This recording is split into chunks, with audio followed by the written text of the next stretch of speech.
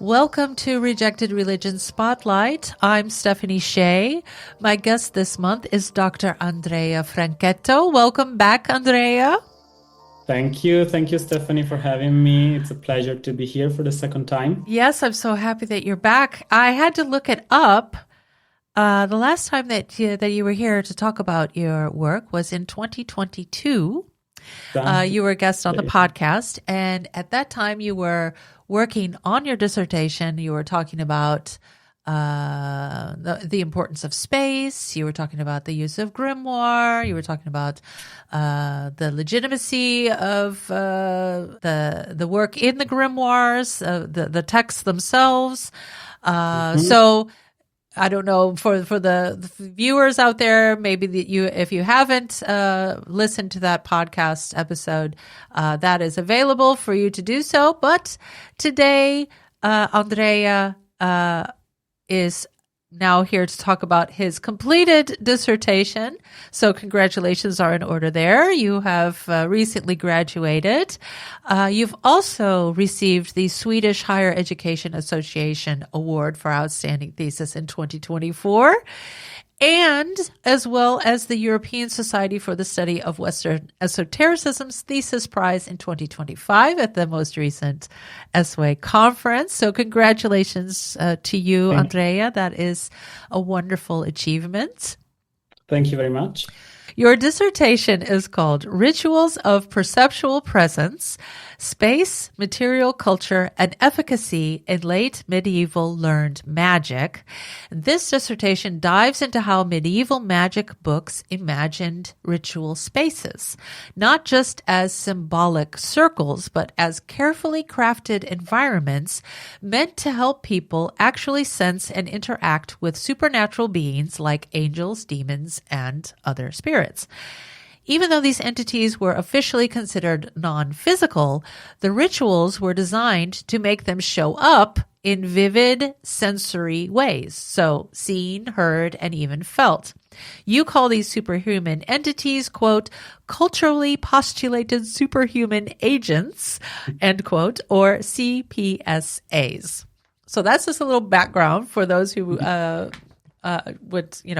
like to know a little bit more about the dissertation itself. With this dissertation, you were asking some really compelling questions about how medieval magical rituals were designed, not just to invoke spirits, but to make them perceptible as well.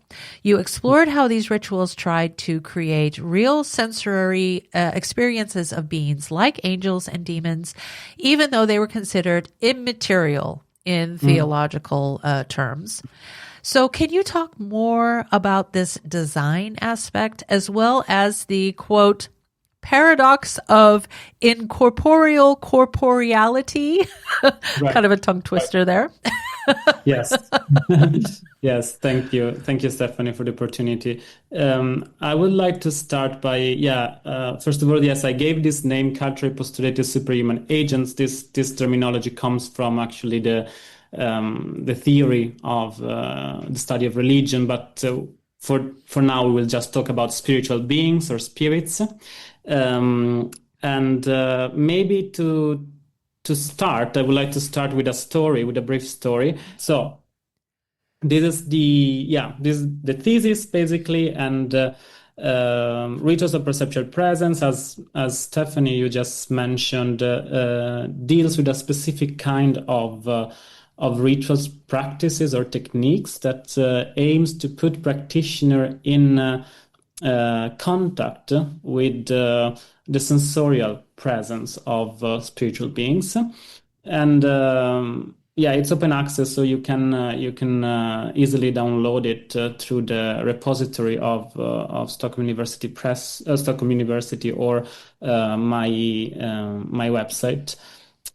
But to understand better the origin of these ritual procedures and why also I decided to investigate the notion of presence in late medieval learned magic, so in medieval grimoires, we should better have a grasp of what it meant to have spiritual and corporeal visions in the Middle Ages. And As I said, I would like to start with a story that appears in the Dialogues of Miracles by Caesarius of Heisterbach. It's a 13th century dialogue between a monk and a pupil. And the pupil wants to know how the celestial army may comes within the sight of human vision. So how basically angels and holy souls might appear to humankind, and actually. Caesarius tells us that spiritual visions are that which take place by means of images without bodies. So, as for instance, in ecstasies and dreams. So, what it means here is that the possibility to have visions of spiritual beings like an angel or a spirits depends on the fact that these entities do not have a body, and so the chances of getting that is like through specific kinds of state of consciousness, which is like as he mentions, ecstasies and dreams. And there are noble kinds of these spiritual visions, which are intellectual visions, when no bodies or representation of things are seen, but the gaze of the mind is fixed upon incorporeal substances by the wonderful power of God.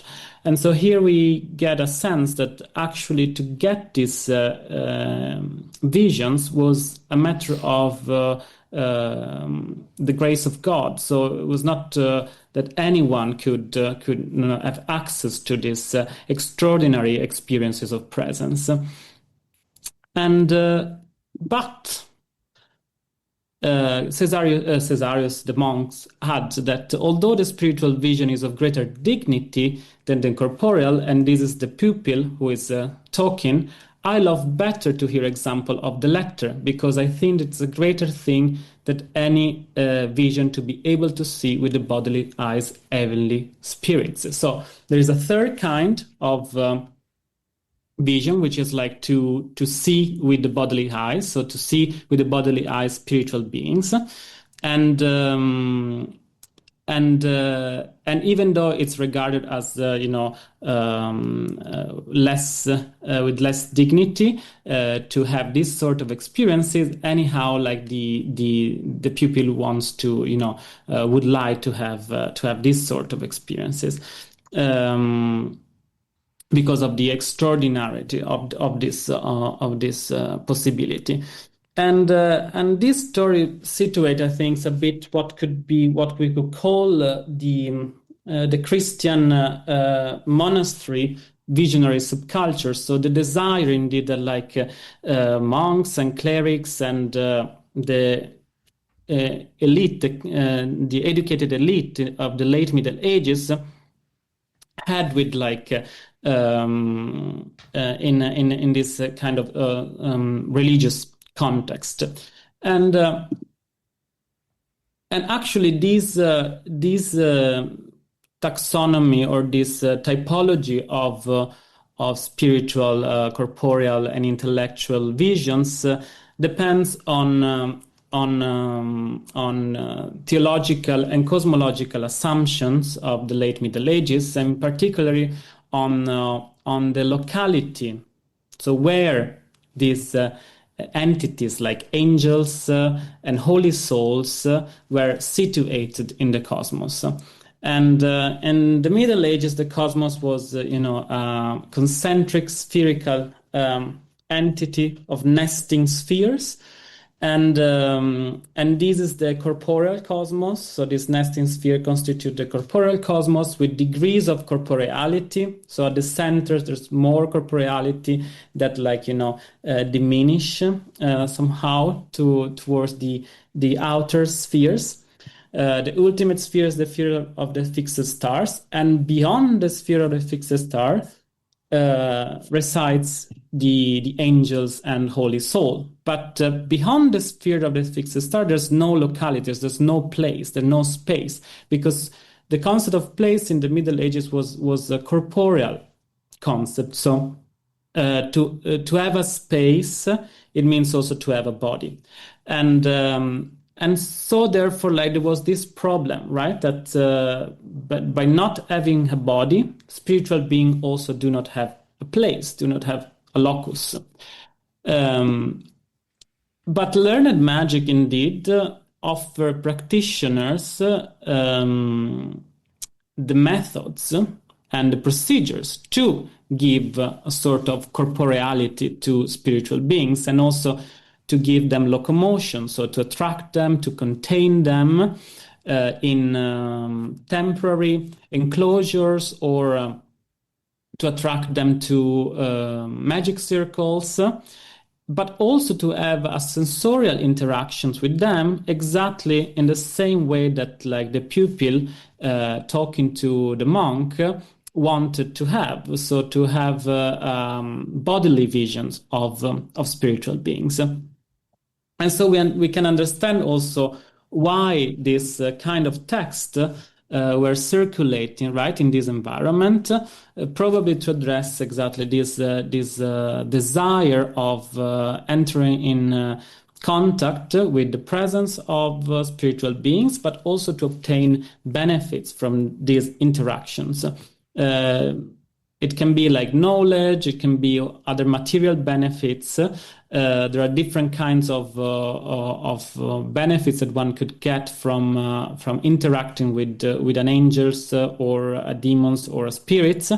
We might talk a bit about that later, but in general terms, like these procedures, so what I call rituals of perceptual presence, are techniques that attempts to put practitioner in contact with spiritual being through the manipulation also of space and the constructions of ritual space.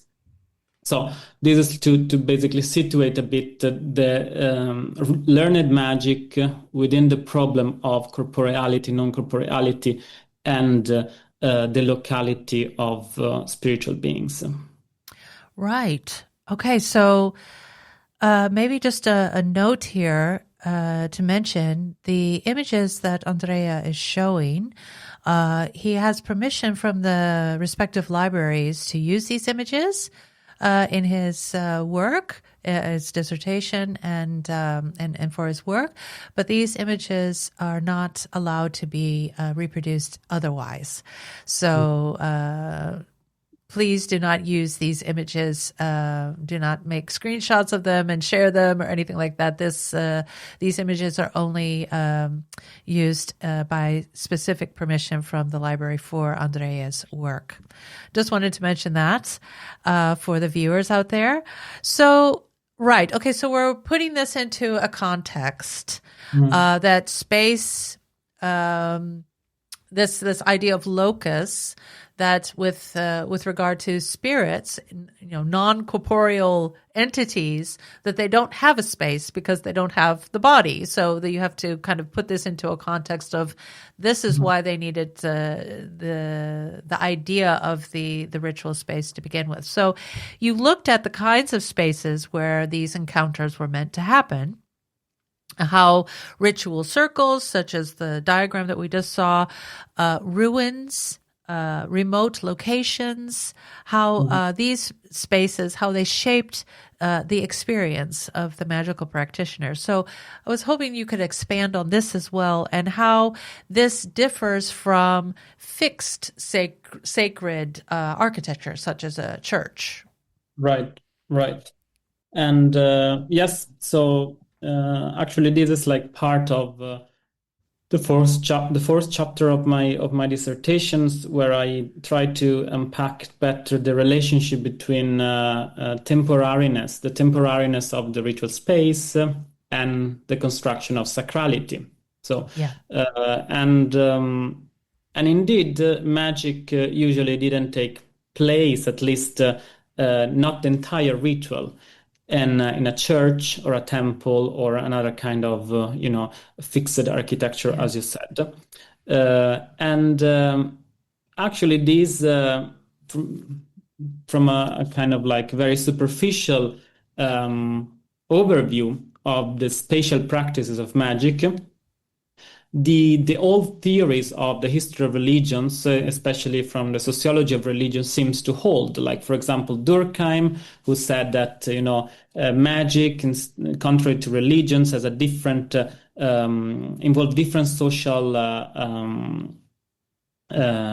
interactions. So religions is a form of collective relationship that unite individuals and believers under a common faith, while instead magic is a sort of trade relationship where there is not anymore this kind of community building as religion would do. And therefore, like that's why also magic become more transient, as precisely transient is the relationship of trade. And also Marcel Mauss, for example, argues that is the deviant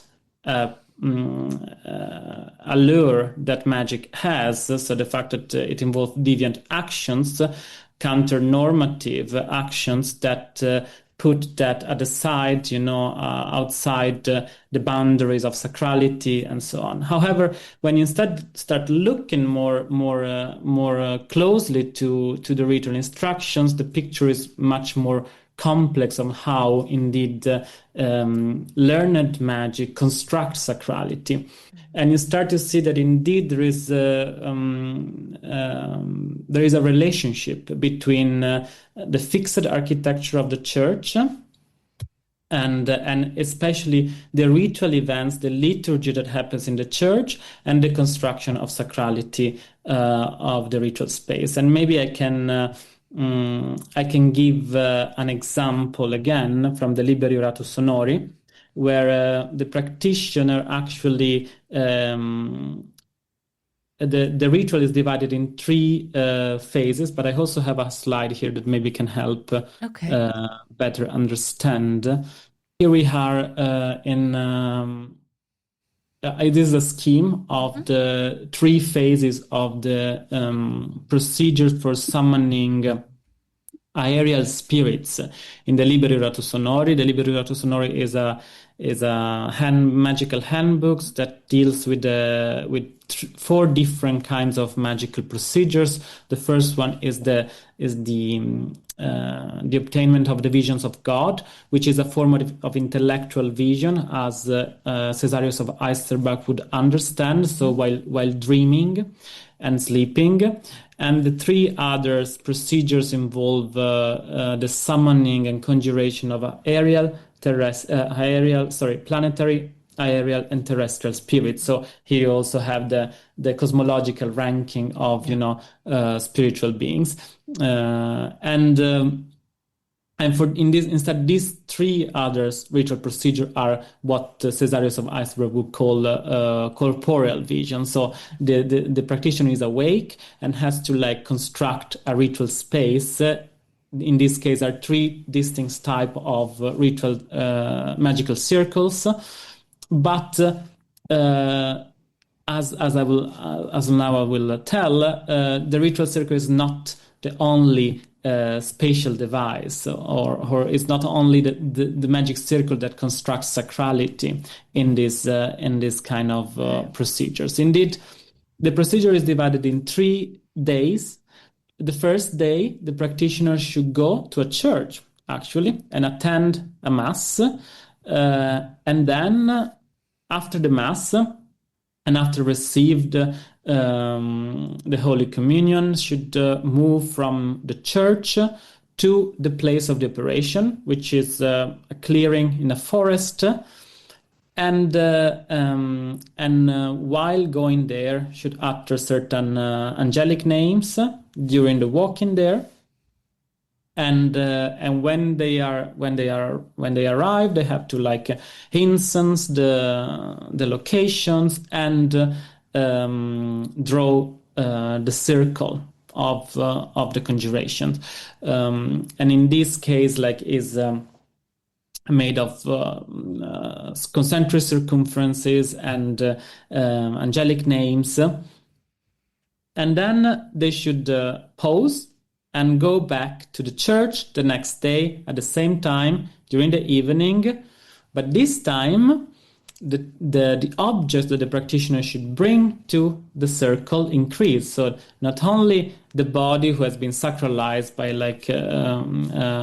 fumigations and ablutions, so like washing the body, but also through carrying a censer and the incense, always like uttering words of power while going there to the new. And then the third day is the last day of the operation, and we see that here also the materiality of for constructing the ritual space increase, and we again move from the church to the place of the operation, and this time with censer, incense, swords, wine, candles, and also having like 7 associates, at a maximum 7 associates, so helpers who will like go with the practitioner, helping carrying all these objects and constructing, finalizing the magic circles by stacking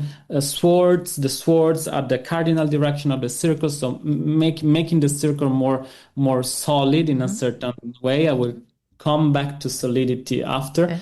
But here we get the sense of how indeed like the specialness of the ritual event is constructed by this movement from the church to the ritual space, by this like manipulation and translocations of material culture and also the body of the operation. So it exists indeed a relationship and a dynamic between the liturgical center of sacrality, the church, and the magic circle. But also in this case, the sacrality of the church is not permanent. It depends on the ritual event that happens also there. It's the mass that somehow activate the sacrality of that place. And so in my dissertation, I also try to a bit enter in relationship with the old notions of sacrality and sacred spaces. Mircea Eliade, famous notion of sacred space, take it for granted that like certain spaces have an inherently character of sacredness, because they just because of the fact that they have they are there and they are ritualized in certain ways, and religious practitioners has built them. But sacrality has more to do with temporariness, and so the temporariness of what happened in that location. Because, for example, if you take the Sagrada Familia, right, is more a tourist that entered the Sagrada Familia might experience sacrality in a very different way than a believer who attend a mass in that same space. Right. So also in magic there, so we have this like spatial temporality that we have to take into account. So it's the compound of both space and time that construct sacrality. And indeed, in another slide, let me see. No, sorry. Here, yeah, exactly. What I'm talking about is establishing spatial-temporal boundaries. So the practitioners moves and movements from one place to another, but also the ritual phases to construct the ritual spaces are synchronized with both astrological cycles, cosmological cycles, and like the planetary timing and the liturgical timing. So there are these 3 kinds of times that are nonetheless spatial in themselves, like the astrological, movement, but also the planetary times that mimics the cosmography of the planets. Relates, right? Entangles both time and space, and and create a special ritual events where that the practitioner can inhabit, and that the practitioners will employ and will exploit for having access to magical power. So that's basically it. And maybe so before I wait for the next question before going to the magic circle, because is an old topic in itself. Yes, of course. Yes, and just to kind of touch back on the podcast episode that we did, that was now 3 years ago, but you were also talking about this idea of time and space being connected, used together, that in very strict ways as far as time is concerned, because you, as you just showed on the other slide, with the position of the planetary bodies, because this is all the idea is that everything is connected. So you can't do a ritual outside of the time space or the time window, I guess you could say. Let's say, you have an astrological sign. You have to, your ritual has to be in accordance with that sign, in accordance with that planet, in accordance with the actual space where that planet is in the heavens at that time. So astrology was very important at this time. I know nowadays people, they think that this is something that isn't relevant, but for magical practitioners, this was a very relevant thing at that time. So but you have to be in accordance with a month or with the planet, or, you can't just randomly choose, I'm going to do this ritual today. No, you have to plan this ahead. And as you said, it wasn't also something that you just do randomly very quickly. No, you have to prepare yourself for days and sometimes months and sometimes even years. I remember you saying in the interview. So just for the viewers that this is all very new information, you might be wondering, well, this doesn't fit with our modern day ideas about what magic is supposed to be about. And also the fact that you have to go to church and get baptized, or you have to do your communion, and you have to be pure, you have to be ritually pure. I think a lot of people would probably nowadays that have, people that have no understanding of medieval magic, that they'd probably be like scratching their head like, what? You have to go to church to do magic? This doesn't make any sense. But it's all very interconnected. So, very fascinating stuff. So let me shut up about all of my attempts to describe and explain all of this stuff. A key focus that you we're looking at the magical texts themselves, how they pass down the practical know-how to perform the rituals, and how that shaped the role of the practitioner. So you use in your dissertation, you use the term experiential, direct or transmitted experience as a means to validate the practitioner's authority. So I was hoping that you could explain this in more detail as well. Of course. And actually this links to what you were saying before, because exactly it's not strange to find liturgical element like going to the church, precisely because of who copied and translated this procedural knowledge that we call learned magic. Because when we talk about learned magic, what we are dealing with is a specific kind of sources.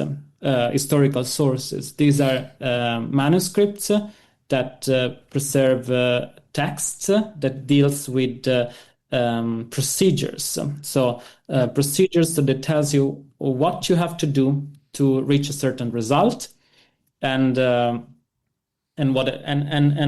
basket of ritual magic. We have very different kinds of procedures. I focused specifically on some kind of procedures that usually are labeled ritual magic, But I've introduced the term rituals of perceptual presence because I think it allows to do and allows to analyze aspects that otherwise would not be possible by simply put under the category of ritual magic. I can talk a bit later, but this is just technical aspects of it. But in any case, yes. So the question, therefore, is who actually were the people who like circulated this knowledge, right? Yeah. And who were like, why were they interested in this? I talk a little bit about this monastic subculture of visionary experiences, but at the same time, like the author of this text were anonymous. And actually, a lot of the materials and elements, cultural elements also that are attested in this manuscript, in these handbooks, have not a Christian European origins, but they come from Arabic sources, Greek sources, Hebrew sources. So like we have like these cultural receptions of practices and occult sciences that entered the Latinate world around the 13th century. And get somehow acculturated. So they start getting translated and they start getting also transformed by this process of translation. And again, therefore, what were the interests and who translated them? Were these practitioners? And so were there actually people who then put them into practice? And that was a question I had while analyzing this material, because somehow while looking closely at the ritual instruction, you really understand that it's impossible to perform it as they were written down. There were a lot of ritual hindrances, ritual incongruences. So you might, the ritual text might tell you like to draw the circle in a certain way, and then the diagram of the circle is completely different. These attest also to a very complex transmissions of these ritual techniques that actually Gal Sofer has recently published his dissertation in Brill called Solomonic Magic, where he actually talks about the problem of the philology, of doing philology on this ritual text, which is very complex, and he suggests a genetic approach where actually part of this text were constantly like taken and assembled together, created every time a different kind of text and handbook. So we have very different kinds of materials and different kinds of sources that relate to each other because of this process of reassemblages. But at the same time, we have a lot of ritual incongruences, impossibility to put into practice. And that's where I started to introduce this notion of experiencia, because in the Middle Ages, experiencia didn't meant to have experienced necessarily direct personal experience. So like that once like do the procedure and then see a spirits and then write down the procedure. It also most of the time meant indirect experience, indirect evidence of what might happen if I do certain things, given on the things I read in this text. So for me, like magical expert is a sort of theoretical object device that I use, that I introduce to portray this process of writing about magic, writing about learned magic in the Middle Ages, where they were not necessarily practitioners, but they were most likely copyists and people who, some of them might have been generalist practitioners who might have tried the rituals or not, but also like that this ritual knowledge somehow takes different directions depending on precisely what were the interest of the person like copying down this ritual procedure. And in this process of copying down, there are several modifications of the ritual text that happen that shows also how indeed this magical expert thought about how a ritual can be effective, or how like to enhance efficacy, but not necessarily that this is like a report of what has happened. So Yes. that's what I want to mean. So this is so that's why the notion of experience is key, is to portray the complex dynamic of practicing and non-practicing magic, and copying and transmitting learned magic in the Middle Ages. Have you found any information, as you just mentioned, that some of the rituals you can't perform them because there's something that's just making it impossible to be able to do that? Is that then a sign for you that this experiencia could be then just because of the scribe or whoever is copying, that this is what they think could happen, but it's not actually being practiced in the physical space? Well, for example, like the example I introduced before of the practitioner going back and forth from a church at night, uttering angelic names and carrying out swords and stuff. I mean, this most likely could have not happened in the Middle Ages, right? I mean, it would be very suspicious to go out of a church uttering, voces magicae and angelic names. So for sure, in that case, the practitioner who wanted to try the Sworn Book of Honorius would have had to adjust to their specific circumstances, the ritual. So I expect, and this is just an hypothesis because there are not so many accounts of medieval practitioners of what actually has happened. There are some, but not so many. So that the practitioner would have had to adapt and to change the ritual script.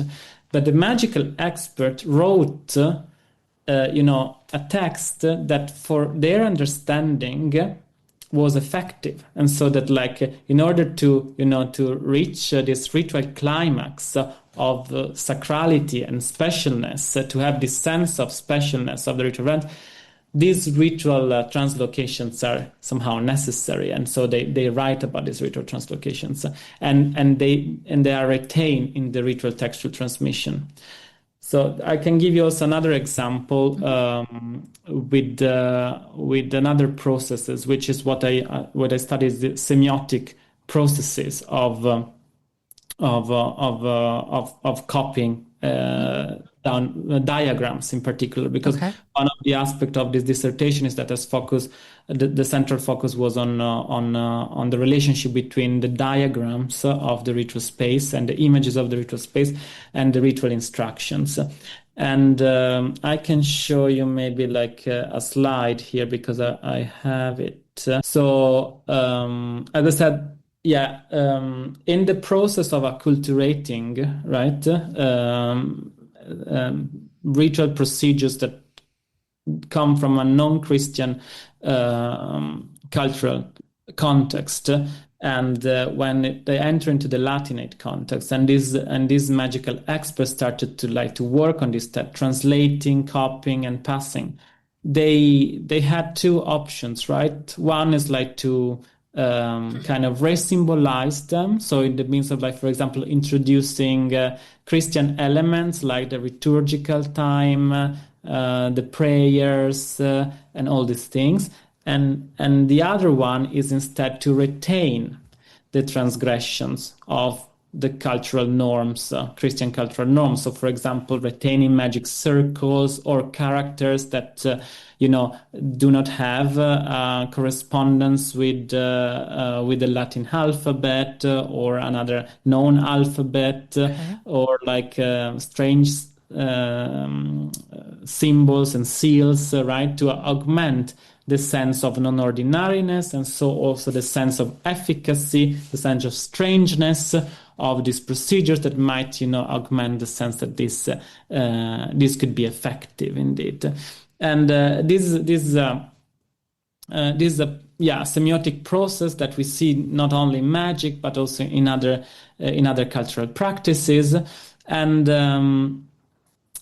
but mostly scholars focus indeed on the re-symbolization of this. So how, like, these procedure are Christianized.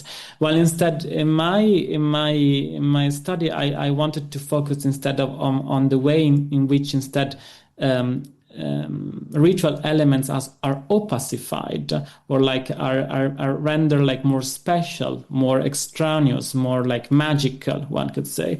Okay. And I start seeing these processes of opacifications or desymbolization, so to make the sign opaque, and so to make it something that becomes a sort of ritual tool.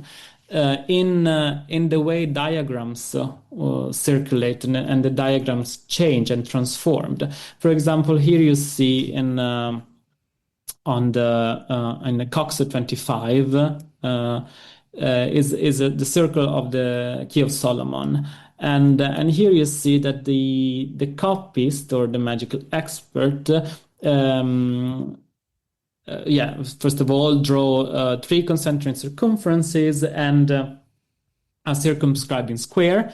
This is the place where the operator should stand during the conjurations, and also introduce certain signs like these 3 lines, 3 strokes at the corner of the square, and these actually are geometrical symbols that want to show that like this is a square, and therefore that there are congruent sides of the square. So that should equal that this one is equal to this one is equal to this, and this is equal to this. And in the process and also like he has like these crosses that signify where the sword should be stuck in the ground. And also here at the corner he placed this semicircle to show where the braziers should be located. And while you start to see in the reception of these templates of the circles, you start to see a process of opacification of these geometrical and spatial symbols. So they cease to be just signs of the diagram that they tells you where you should put things and how the geometrical structure should drawn, but they become part of the ritual space. Like, for example, this crosses pate, this like these red crosses that you see here, like they are meant to be now drawn on the ground, and here in this like figure you see that like these geometrical symbols here that like shows that this is actually a square becomes an ornament of the magic circles, and as well also the circles that indicated where the brazier should be located now also become part of the structure of the ritual spaces. So we have processes of opacification that makes what was a symbol a part of the ritual space. And it's here that we see like how indeed magical expert worked according to a sense of ritual efficacy. So they were like copying, and at the same time transforming this ritual knowledge according to their own sense of how these ritual devices could become effective. It could generate a sense of, in their mind, a sense of efficacy. So by implementing, in this case, the complexity of the ritual design of this, in particular, of the ritual space. So, if I'm understanding correctly, the image on the left was given more as kind of a sketch of this is how you should set up your space, kind of just in everyday terms. Yeah. But but there's you don't draw anything on the ground or on the floor.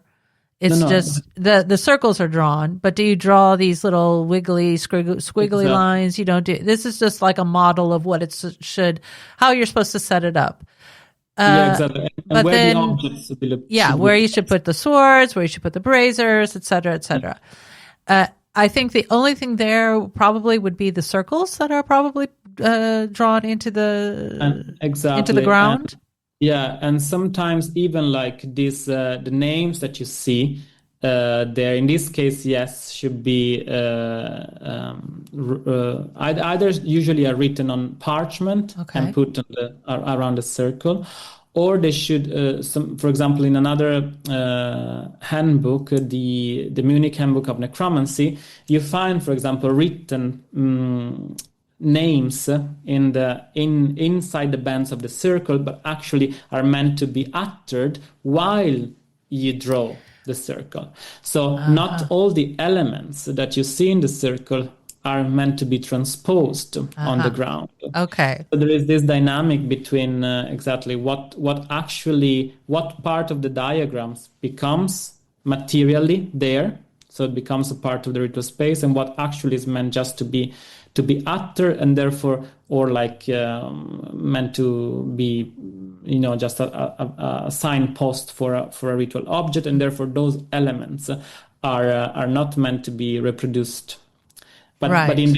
in the process of transmission, that you see that these elements start to be now becoming the part of the ritual The space. part of the design, because then on the image on the right, the far right, if I'm understanding correctly, that's what you're seeing drawn is what you're supposed to draw on the ground or on the floor.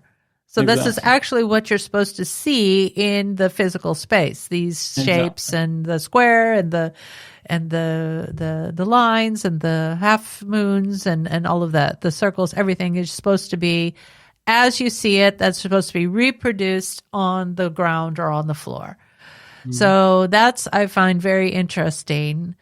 Then my next question would be if there are people that are thinking about these ritual spaces and putting them in diagrams, but they're not practicing them. Why are these? How did you call them? What was the term that you? Magical experts. Thank you, magical expert. What is the goal then of the magical expert if they're only drawing these out in the diagrams and they're not actually practicing the ritual? What is their goal then? The goal of the magical expert. For example, a magical expert it's a term that defines both also practitioner, but also like people who are not are just like the people who carry that like transcribe the text. For example, a magical expert who is not a practitioner could be just someone at a scriptorium. So, for example, Alfonso X had a scriptorium who like translated several texts from Arabic, like the Picatrix, Okay. and in this case, they were translators, so who just like did their job to translate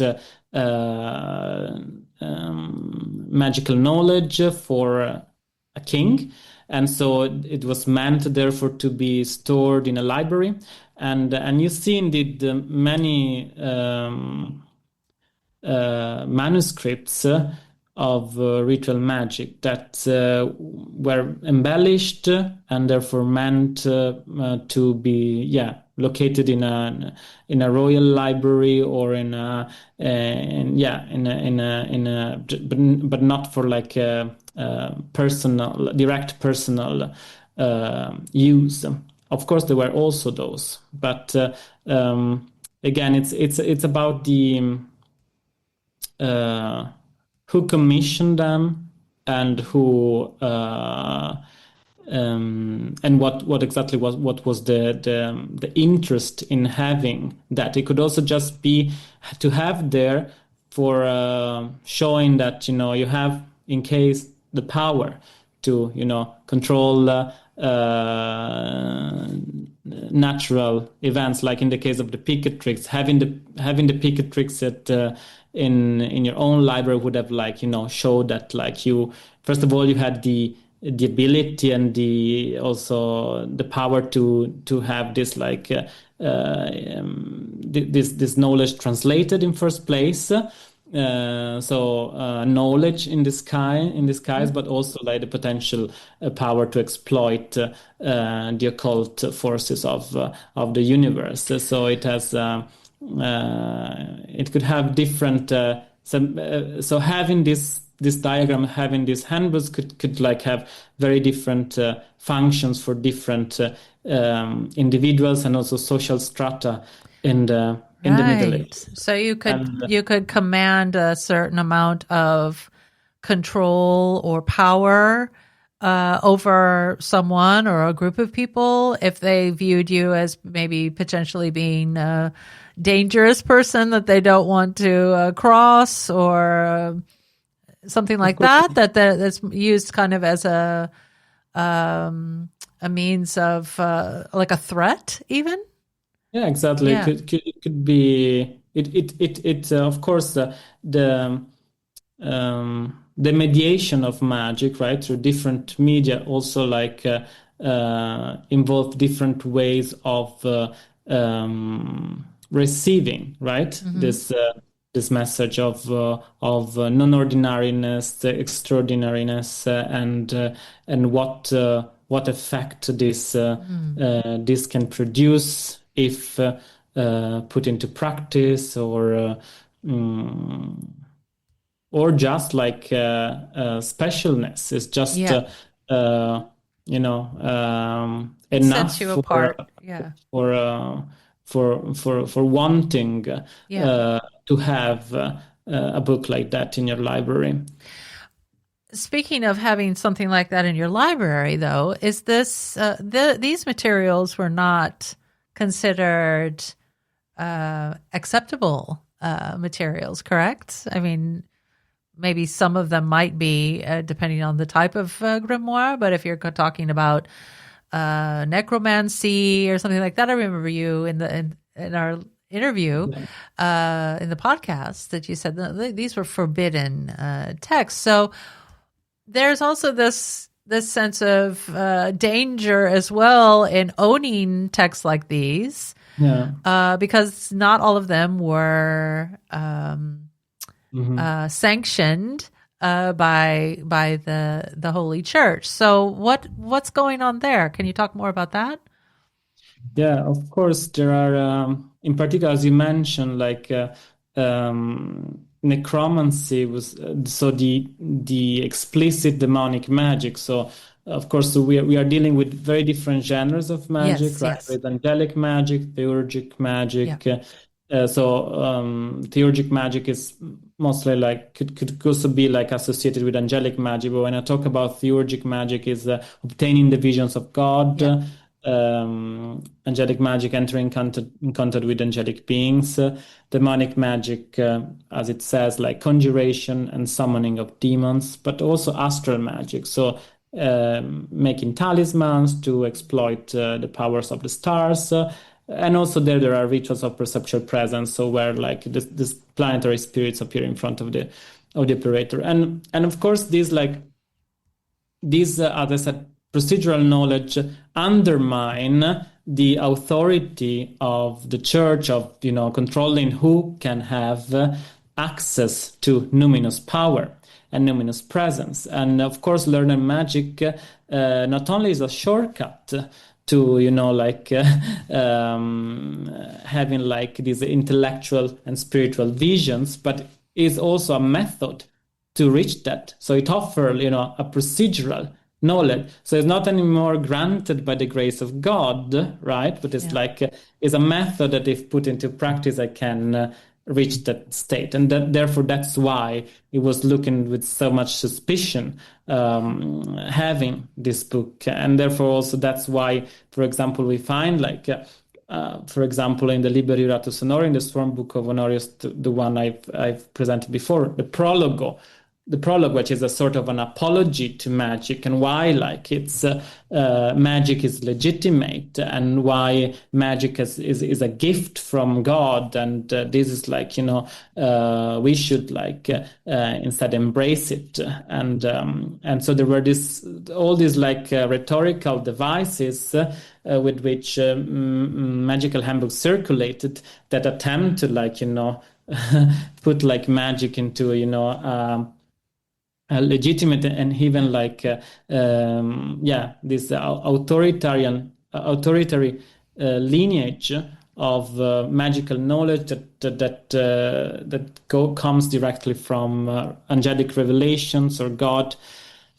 And of course there are like also attempts to re-systematize magical procedures, like for example the Ars Notoria, which is like a handbook of angelic magic.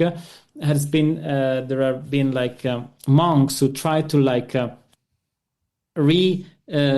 reshape somehow the Ars Notoria in a way to make it agreeable with Christian dogma, as I say. And there is this case of John of Moringy, who like wrote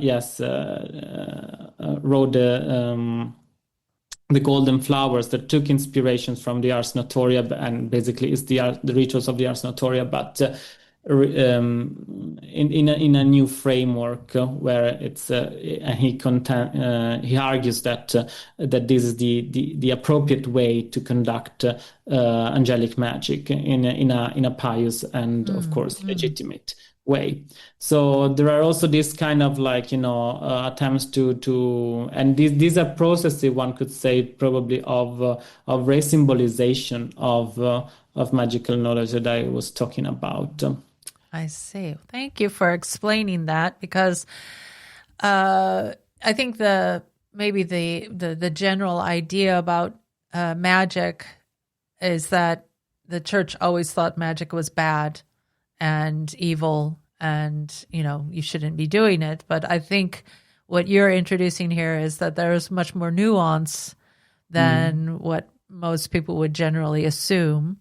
That and also that there were changes in opinions about who had the authority and their opinions about it, and how those also could change, and the tensions there.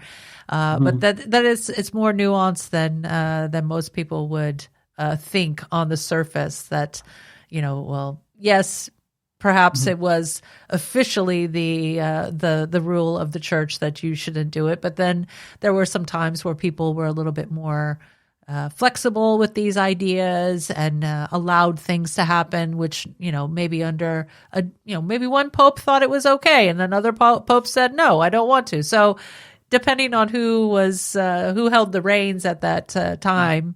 More things would probably be circulated. Would that be a correct assumption? Yeah, well, one of the key another example of this, like different perspective or sensitivities to magic is like, for example, in the Middle Ages, like to try to legitimize those kind of ritual procedures that do not involve any sort of communicative acts.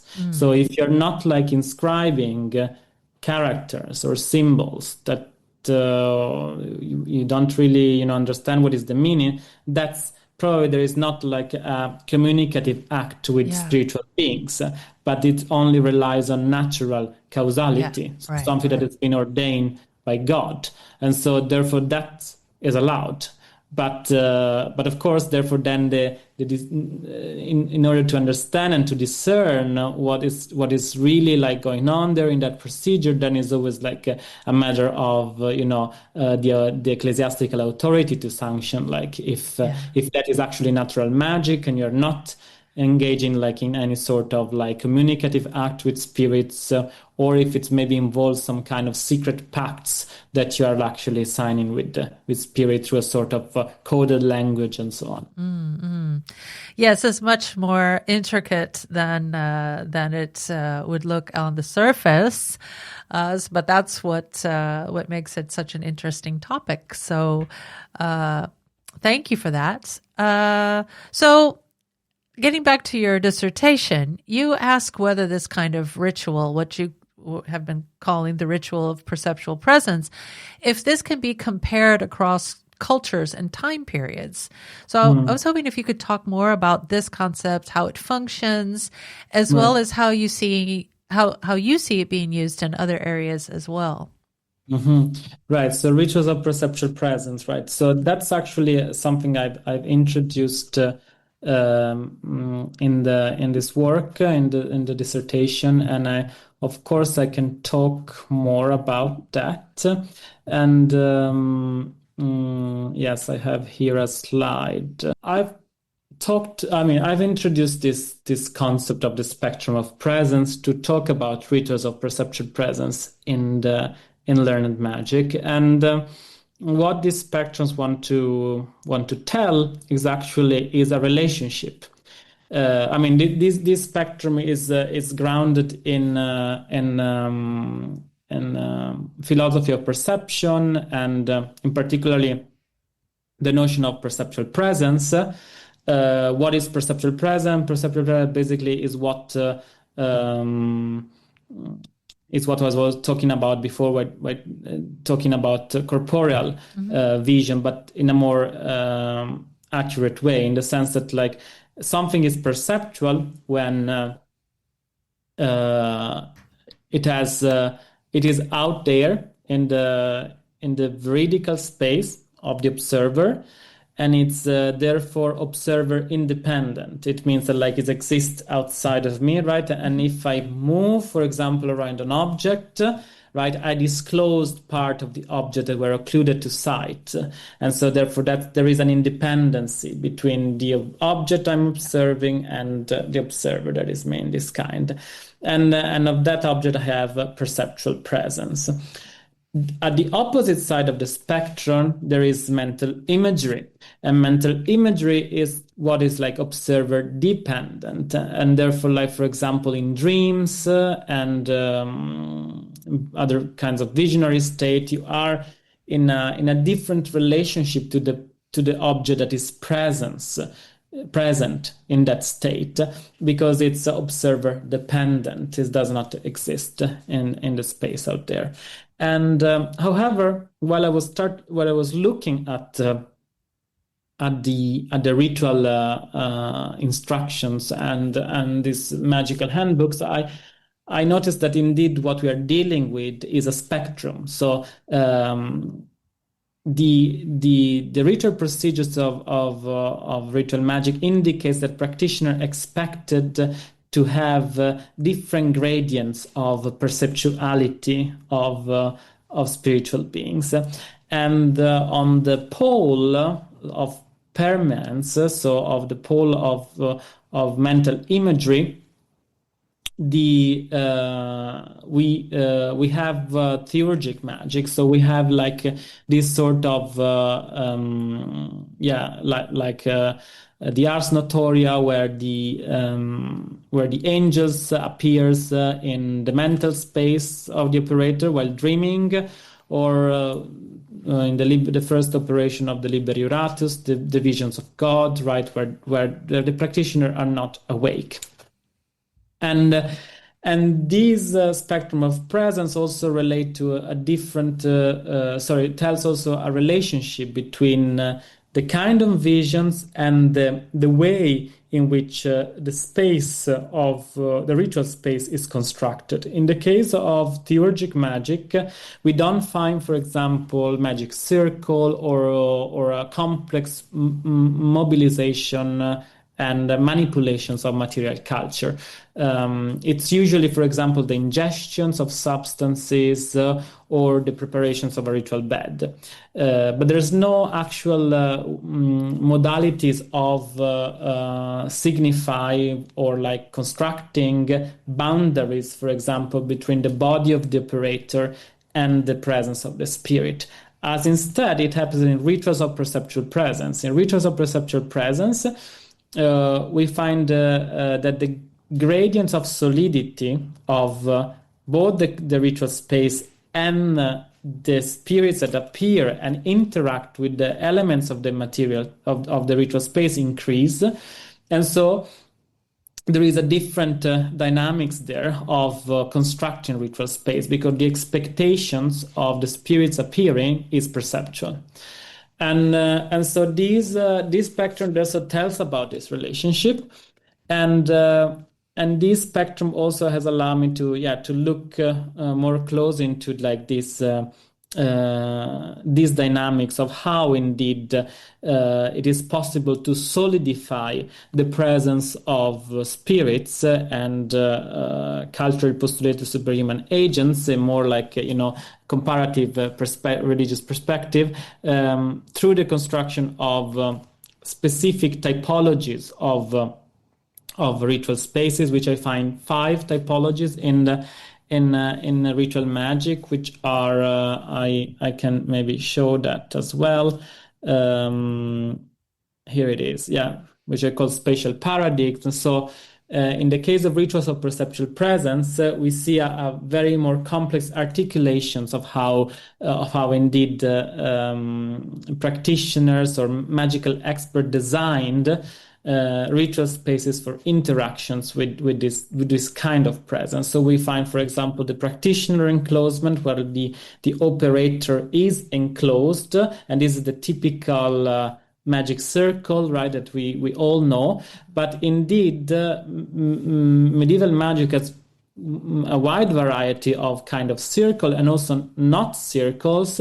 For example, we find separated enclosements, so where like both the spirits and the practitioner are located in 2 different systems of circles, or the spirit is located onto an altar and the practitioners is outside, for example, in the spirit enclosement, or could also be like a circle made in the form of a pit. So different kind of shapes also, or mutual enclosement. Ritual houses, especially in astral magic, are used to contain both the presence of the spirit and the practitioner. And in those kinds, usually the practitioner also can touch the body of the spirit, or can exchange objects with the spirits. So it's a very form of perceptual interactions. And the ritual house, which is sacralized through specific kind of procedures, contain this experience of presence. And then we have object alignment, which is the one proper of astral magic. We find it more recurrent in astral magic, but not only in astral magic. And it basically is usually the relationship, the spatial relationship between the spirits and the practitioner is oriented according to an object, which could be a talisman, a statue, or another ritual devices. Like a sacrifice, for example, a sacrificial animal. Right. Okay. So this is what the spectrum of presence at a more like and rituals of perceptual presence relationship with the structure of space has allowed me to discover in ritual magic the diversity kind of ritual spaces and the modality of spatial interactions between practitioners and spirits in the Middle Ages. However, the ritual the spectrum of presence or rituals of perceptual presence, of course, is a ethical category. So it means that like it has been let's say developed through the analysis of medieval learned magic, but can also be applied to other kind of contexts and ritual contexts, where indeed when we can use the spectrum of presence again to see what is actually the relationship between how or like to locate ritual procedures along the spectrum. So, and to start investigating the relationship between constructions of ritual spaces and the senses, the generations of the sense of the ritual space of superhuman presence. Because the way in which ritual spaces are constructed involves also a sort of how to say there is a dynamic between the perceptual modality, either it is like through smell, sight, or voices, and the way in which you construct the space for encountering this spirit. So this could also work for therefore like the spectrum of present could work also to see and in this case that's what I want to do in the next project, the reception history of learned magic in contemporary practitioners. So for me it's interesting to look at how indeed this text now circulates among contemporary practitioners, how contemporary practitioners adapt these ritual techniques, precisely because I said there's a lot of like adaptation you have to put into practice to make them effective, right? And I would like to look into how indeed there is a correlation between the cosmological view of the practitioner, so how they think of a spirit is, so where it should appear like in the mental, like as like a dream or like a visions, and the way they construct ritual spaces, or like it's more like in a form of like more perceptual, corporeal, and therefore there are different dynamics here. But I would like to look at this dynamic in the way it is received, this learned magic in contemporary practitioners. Well, speaking of your continued research, can you talk more about this idea that you're working with, how you're developing and refining the spectrum of presence then? Yeah, of course. So basically now let's put it like this, so it's a long history, reception history, that of learned magic, right? It is not like something that is like is happening nowadays. It has been going on since the early modern period, right? Like the humanist scholar who like start like re-editing this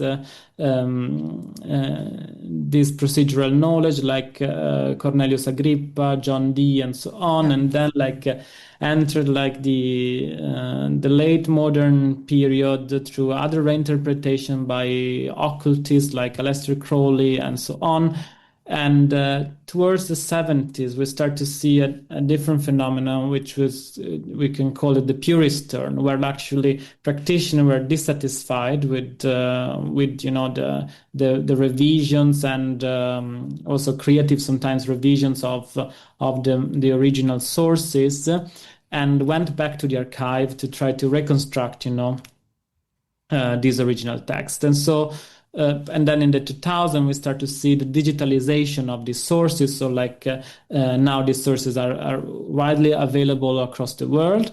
And this is also the way in which medieval magic has crossed its European boundaries and cultural framework. And so there is a global communities of practitioners now in the world that interact with this text and appropriate or like practice them, and in this way they also try to come to terms with these ritual difficulties that a medieval text has, of course.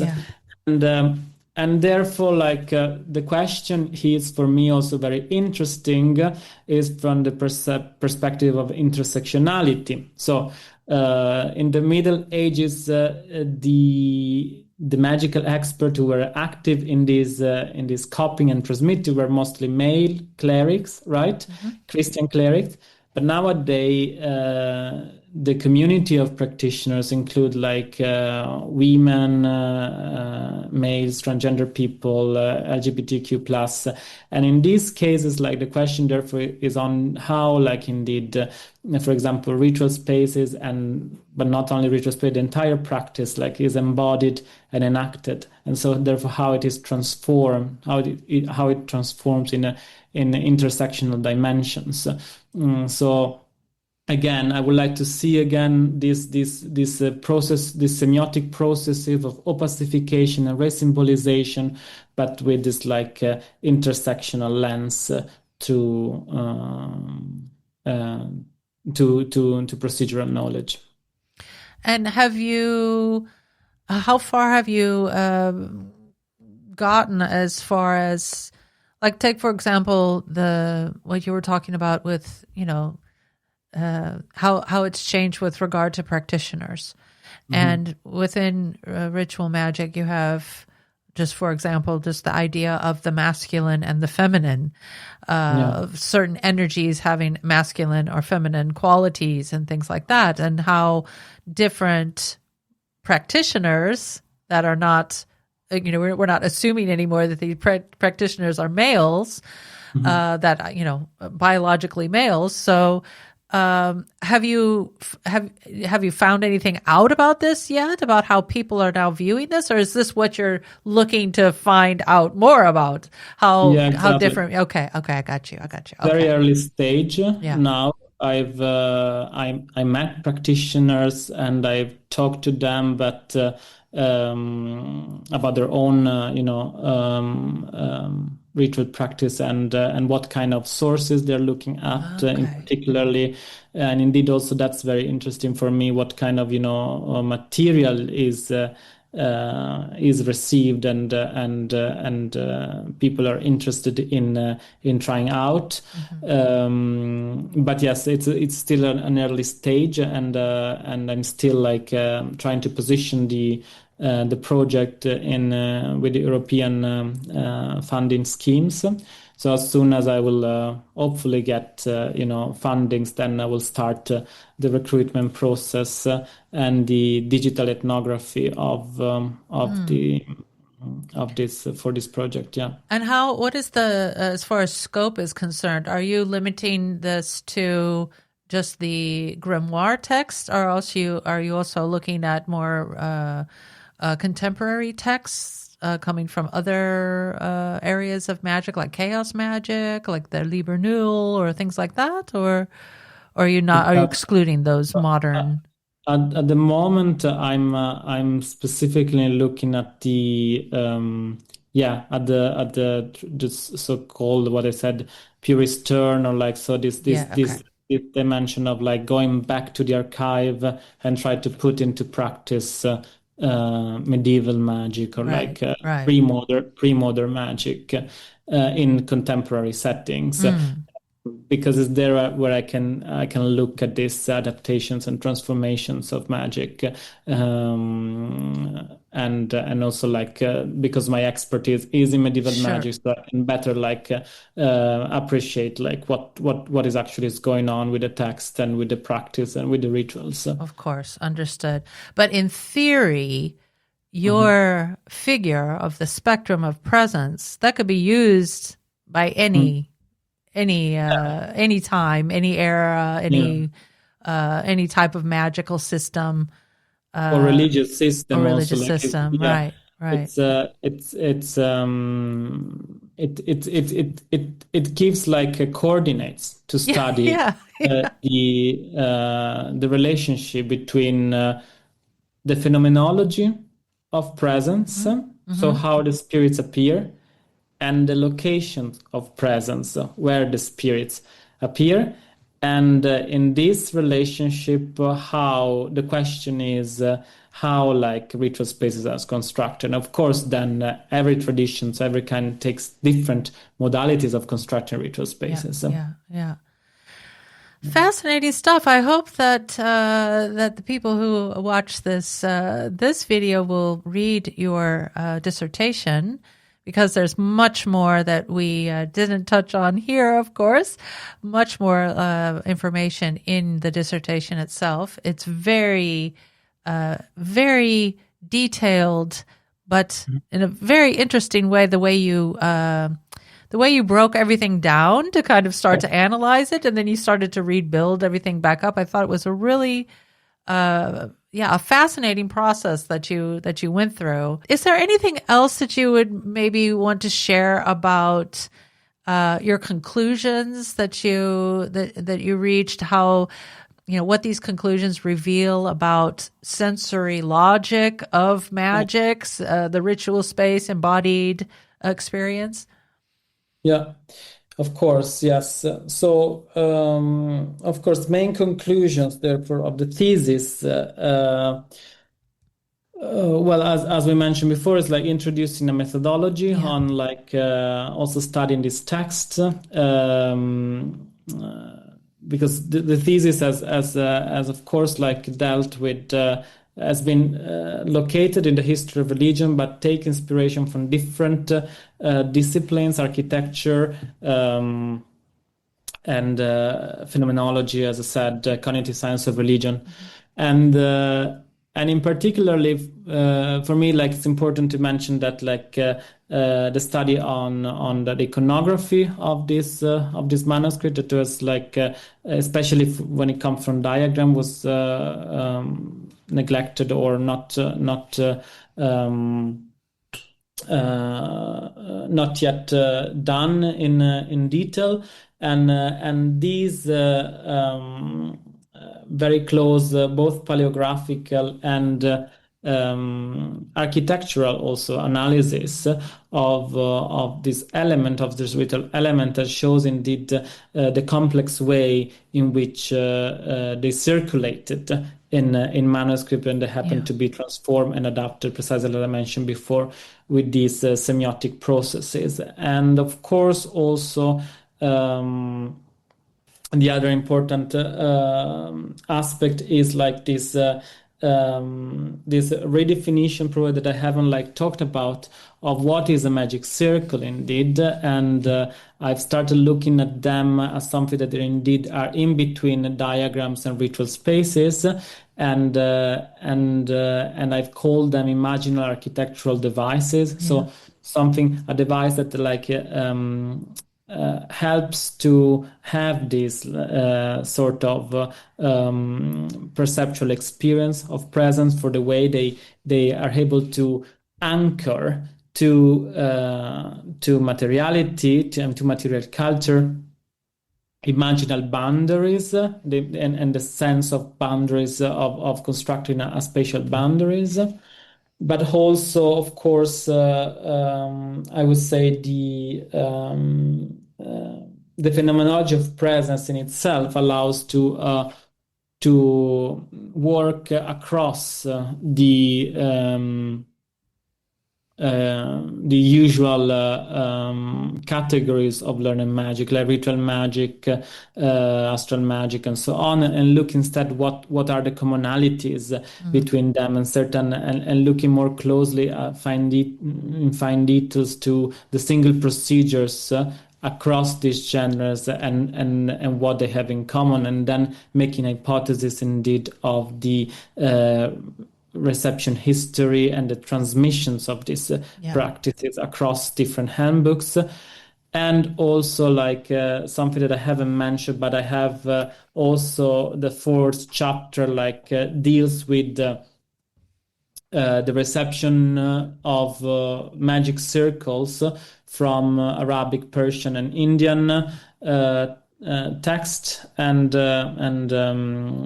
visual culture, and make a hypothesis of how indeed the circle stems from that process of transmission and that path of transmission, and how then it intersects with cosmographical diagrams.